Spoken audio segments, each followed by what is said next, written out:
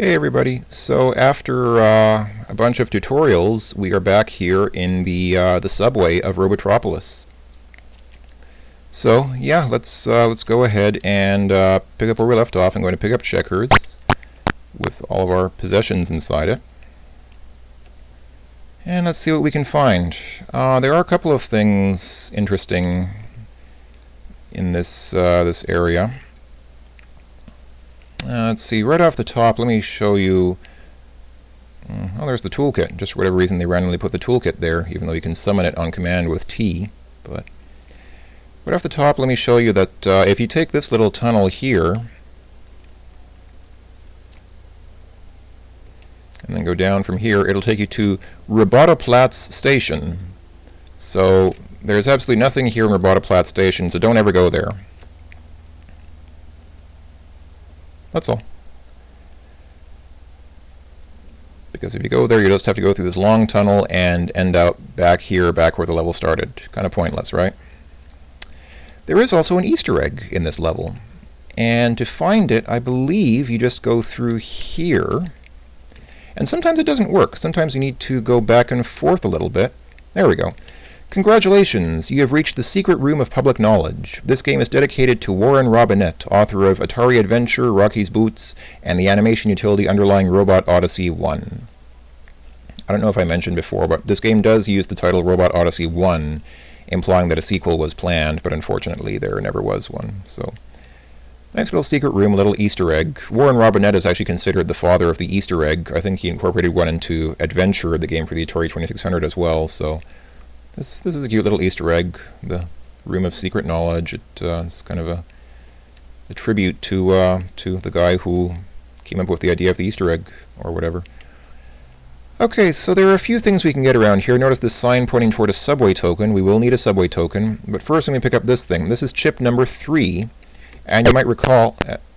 huh? What? Oh, that's cute. Let me stow this chip number 3 inside the robot here. I'll just leave it. Let's leave it there for now. This thing, as you might have noticed, is a magnet. And if you pick up the robot, notice that the robot is sort of irresistibly drawn to the magnet. And if you just leave the robot sitting around, it will want to. It will very much want to go toward the magnet. Something funny appears to be going on with the sound, but I will ignore that for now because the game seems to be working fairly well otherwise. The magnet doesn't seem to do anything important, it just sort of sits there and doesn't really... Okay, there we go, there's the token. See that thing with the 5 on it? Actually, we can get there if we just go around...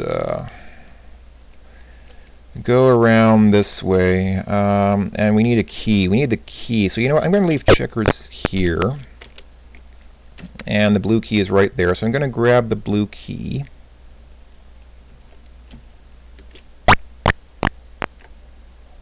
Wonder why that's happening. I haven't run into that sound glitch before. That's interesting.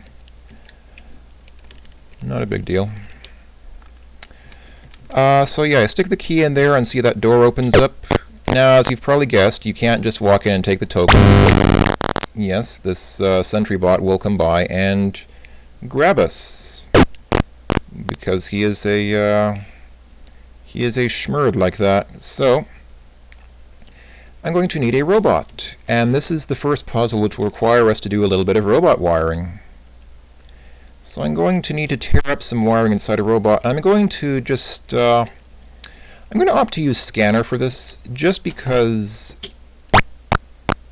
I guess primarily just because scanner has the simplest wiring inside him, so it will be the simplest to recreate his wiring if I ever need to do so. Let me see. So what do we want? Let's think about what we want for a second. Basically, I think the simplest thing we can do is just have scanner go to, let's see, we'll need him to go to the left, but he'll also need to get through that door up there. What if we use an up and down bouncing kind of circuit? We can do that, right? Let's try that. Let's, yeah, it's basically what's already on this flip-flop, except this is a horizontally motivated, yeah, right now scanner is basically a left and right bouncing kind of robot. So if I tear up this wiring,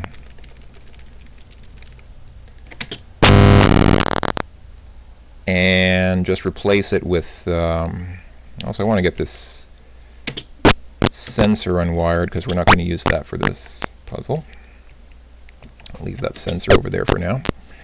Okay, so let's see. So what do we want to do here? If we want this robot to bounce up and down, then let's see. As the robot's going down, eventually its bottom bumper will trigger, which we can then use to trigger this little, I'll use that to trigger the left side of the flip-flop, and then when that happens, that should turn on the bottom thruster, right? Indeed it should, yeah. So let's use, so when the robot hits the bottom, it should turn on its bottom thruster. There we go. And the inverse, of course, when the robot hits the top, its top bumper will trigger, and we want that then to trigger, ooh, that's going to be ugly. It's going to pass through the flip-flop. Let me start from here instead and do it like this. There we go. And that then, of course, will trigger the top thruster.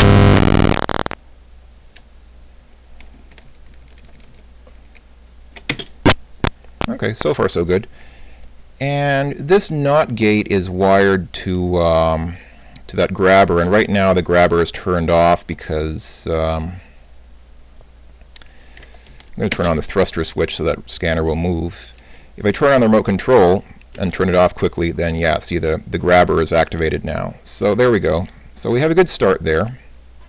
And the nice thing about using emulators for this is that you can use save states. So just give me a moment. I'm going to save the game here. There we go. Good enough.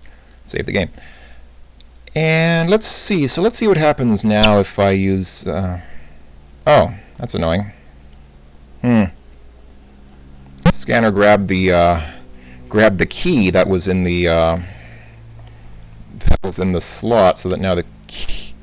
Oh, that's troublesome. That is annoying. Let me see. Hold on. Let me load the state that I just saved.